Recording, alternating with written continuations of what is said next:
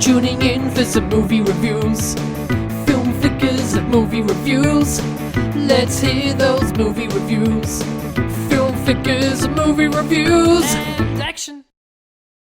Hello Flickers, and today we are looking at The Martian, starring Matt Damon, Jessica Chastain and Chiwetel Ejiofor. Yeah, it is based on a novel, and it's basically an adaptation that's been brought to screen.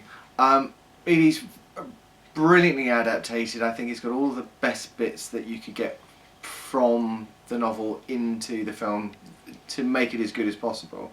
The story premise is that it is an astronaut that's been left on Mars, and he's basically got to survive to either be rescued or to be able to find a way to, get himself back, or he may not make it. We're not really sure how he's going to survive, with the fact that he's not got many rations on Mars, and he has to provide water, food, energy, all these kind of things for him to be able to survive there, and he hasn't really got enough resources to kind of make it to another flight to be able to come and rescue him. So there's quite an intense kind of feel to it. Matt Damon as the lead character, Mark Watney, is awesome. He's an amazing actor, really standout performance. Not really castaway in space. I would have said more, I don't know, kind of like one of the Apollo 13 kind of things, that you've, one of those kind of like space disasters, not Gravity. That kind of feel to it. It's really good. Yeah, if you have read the book, and if you haven't, I definitely recommend it. You'll know that the book is effectively a training manual for the technical things you need to do if you want to survive on Mars. The book is a lot more interesting than that made it sound. But because I've always, when I heard that somebody picked up the license, it was there's no way they can make this into a movie that will sell, because it's just in terms of lowest common denominator, this doesn't come there. But no, they did an incredible job, and they did this by focusing on the kind of the important parts. So you really do get a feel for all of the that Mark Watney is really pushing his intellect and his knowledge just to keep himself alive on this planet.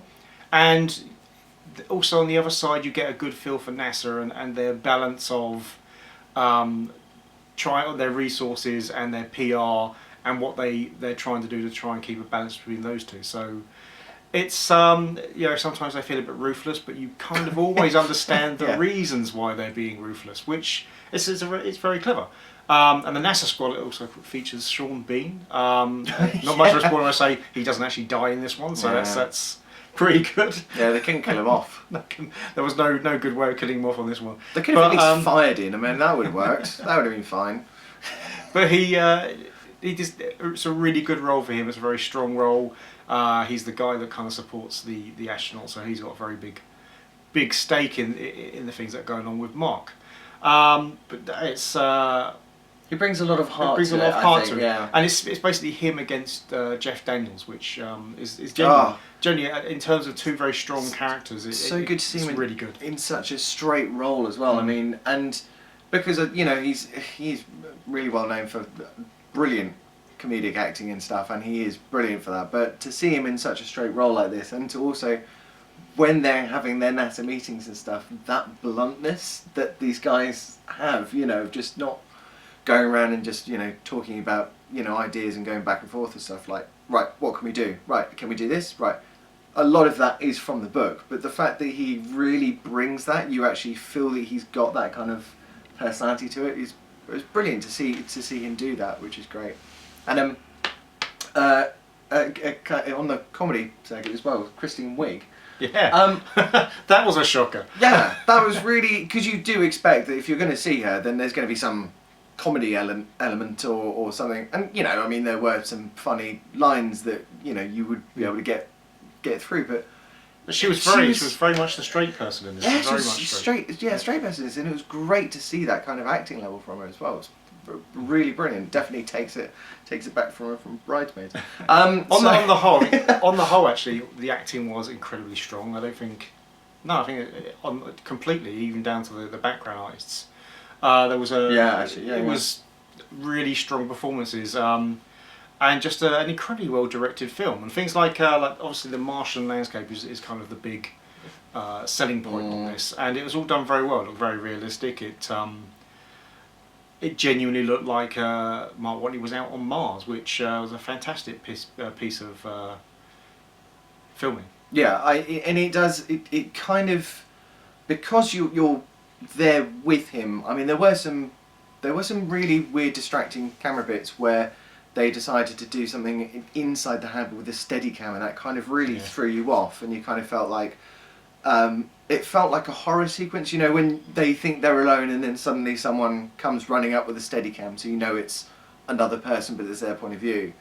And that kind of took you out of it, but otherwise everything else is very much, you know, on a very still camera base, and the vistas and the fact that you actually get to see him taking in the Martian landscape, you know, sitting on top of a rock and kind of just, you know, surveying everything that's right, and he's the only person on the planet to be able to take those views. But it is beautifully done.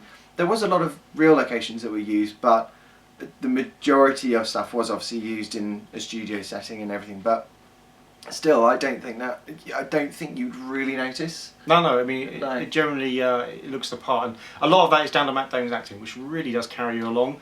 When he has a little triumph, you genuinely feel happy for him, and then when things go wrong, it really does give you a gut punch. I mean, you really do feel bad for the guy. Yeah, even the first sort of instance of when he's been left on the planet and he's injured and he goes off to go and sort himself out. That particular moment, I mean, just sat next to me and just kind of, what are you doing? And I was just, you know, just one eye open, one eye closed. It's real, sort of greed sort of stuff, because it does, you understand his pain, and you just, you get that sort of real sense of urgency as well. But yeah, just putting stuff in your body, oh no, it's just, I don't know. Didn't like it. Great effects though. Thanks, guys. It's, I mean, this is genuinely a fantastic film. Watch it, definitely. And I think it's one you should get for your collection. I think this has got a very good possibility of becoming a classic. Yeah, definitely.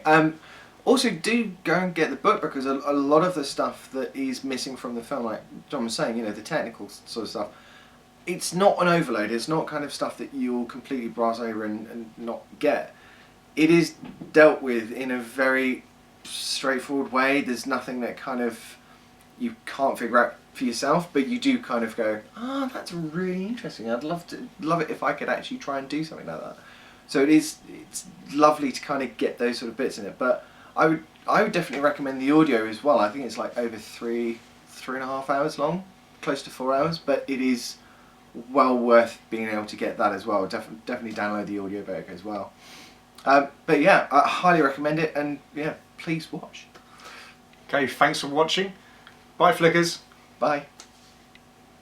Thanks for watching the video, and if you did like it, then please hit the like button, and if you want to see more from us, then please hit subscribe. And don't forget to leave a comment below, and if you've got any suggestions for films that we should be reviewing in the future, please leave us a nice little message. Oh, and check out our previous videos.